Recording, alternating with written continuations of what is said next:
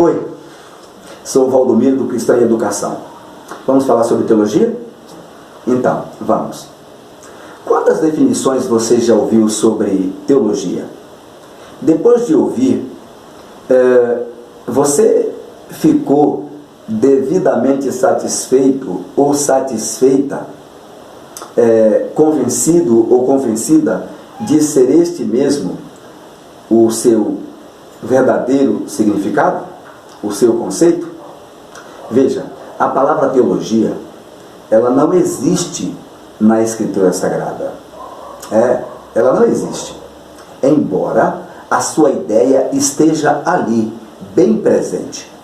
No uso secular do vernáculo grego, o grego sem estrangeirismo, a teologia significava as discussões dos filósofos a respeito das questões divinas.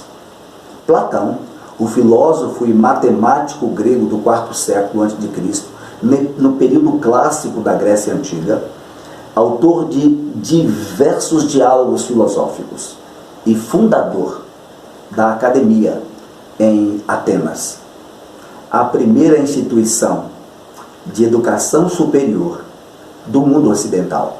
Ele chamava as histórias dos poetas a respeito dos deuses de teologias. Já Aristóteles, filósofo grego do IV século a.C., foi considerado o fundador da lógica.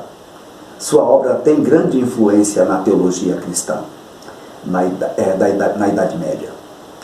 Ele nasceu em Estagira, antiga Macedônia, a atual província da Grécia.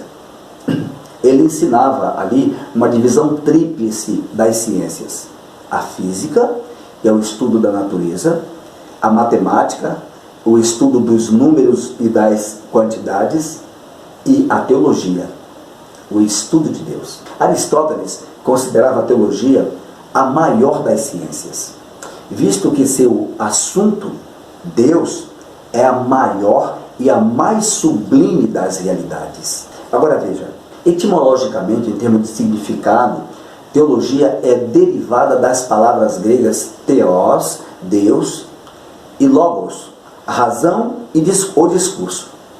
E significa, portanto, a discussão racional a respeito de Deus. Daí surgiu o grande equívoco, devido à tendência natural de traduzir literalmente tudo o que existe, extraindo daí o seguinte conceito: teologia é o estudo sobre Deus. Esse equívoco perdura até os nossos dias. Se entendermos de maneira errônea um determinado texto, principalmente, anote isto, o da Escritura Sagrada, vamos fazer também errôneas aplicações. Por isso devemos estudá-la, interrogá-la e investigar para saber o que estava na mente do escritor sagrado quando ele escreveu aquele referido texto, visto ser ela uma escritura antiga, escrita para um povo com um contexto e uma realidade, e mais, escrita em 3 línguas ou vernáculos diferentes, com os seus vocabulários próprios, que muitas vezes não encontra um termo próprio na língua portuguesa. Podemos, a partir daqui, perguntar: como poderia a criação limitada estudar sobre Deus? O Criador, que é Deus incognoscível, ou seja, não conhecido totalmente. O nosso conhecimento de Deus, ele é parcial, é inadequado. Deus é inconcebível.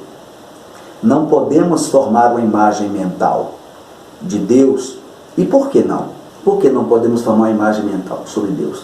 Deus é Deus incompreensível. Observe que eu não disse incompreendido, incompreensível. Observe, quando se diz que Deus pode ser conhecido, não se pretende dizer que ele possa ser compreendido. Compreender, na linguagem de Charles Hodge, é ter um completo e exaustivo conhecimento de um objeto.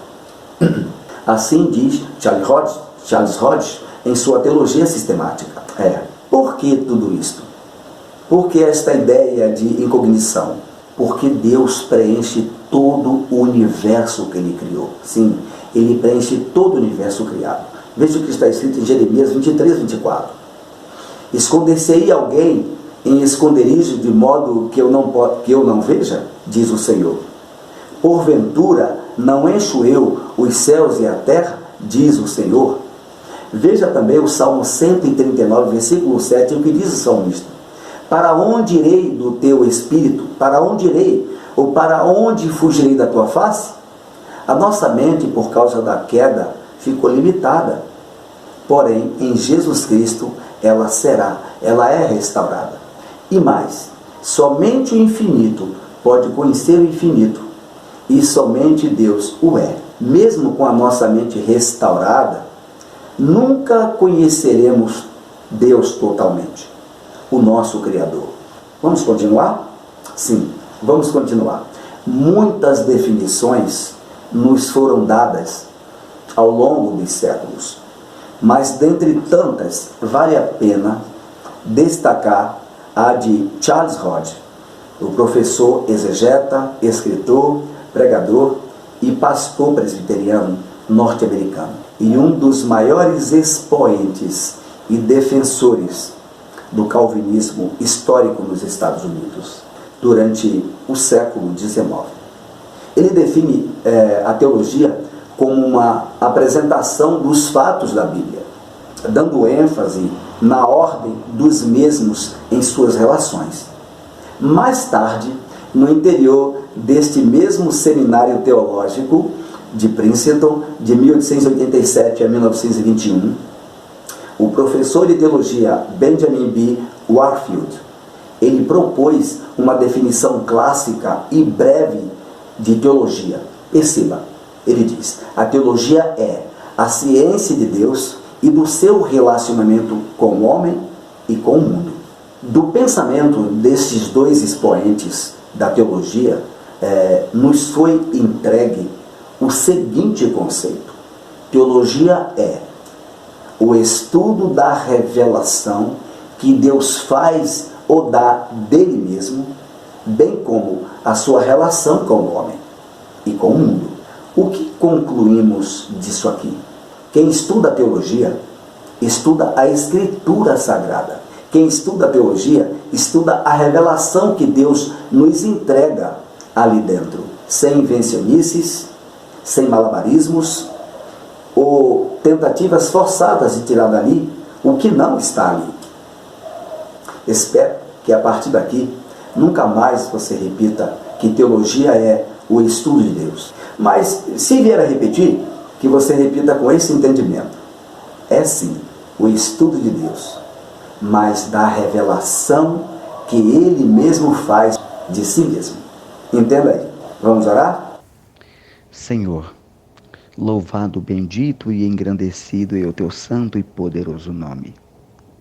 Senhor, nós queremos te pedir perdão pelos nossos pecados, pelas nossas fraquezas diante do Senhor.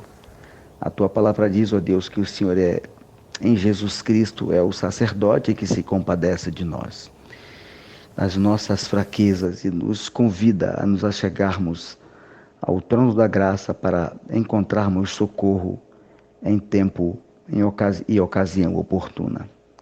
Queremos, ao te pedir perdão, Senhor, rogar a bondade, o favor e a misericórdia do Senhor sobre nós, sobre cada vida que vai, Senhor, assistir esse vídeo. Que o Senhor amplie pela ação do teu Espírito na sede da consciência e da emoção desta pessoa. Amplie o entendimento, Senhor, e a compreensão de que só o Senhor é Deus, de que o Senhor se revelou, de que o Senhor se descobriu, de que o Senhor se deu a conhecer e que deseja, Senhor, ter um relacionamento, Senhor, com ela, Senhor. Que o Senhor coloque na mente desta pessoa o entendimento de que o Senhor se preocupa com o bem-estar dela. Coloque também o desejo de buscar entendimento, compreensão de quem é o Senhor. E com isso venha crescer na graça e no conhecimento do Senhor. Que o Senhor renove a natureza desta pessoa, Senhor. Entre com providência na vida dela, em sua casa, sua família, E se alguma necessidade ela tenha, que o Senhor entre com a providência que vem do Senhor, para a glória do teu nome e alegria completa do ser desta pessoa. Eu oro assim, em o nome de Jesus Cristo, nosso Redentor eterno. Amém.